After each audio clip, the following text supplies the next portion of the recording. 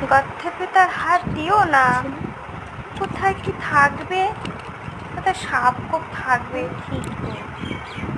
ওর ভেতর হাত দেওয়ার কি দরকার আছে? শুনছই না? দেখো আমার লুকাচ্ছে কি করে, কামড়ে দিলে তখন বুঝবে খেলা।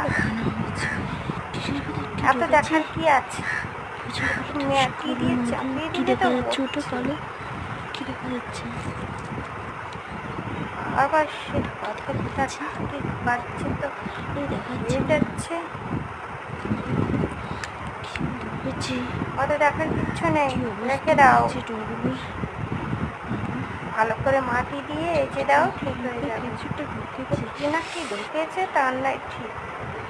বারবার ওর ভিতর হাত ঢোকাচ্ছে, দেখো মেয়ের কি সাহস।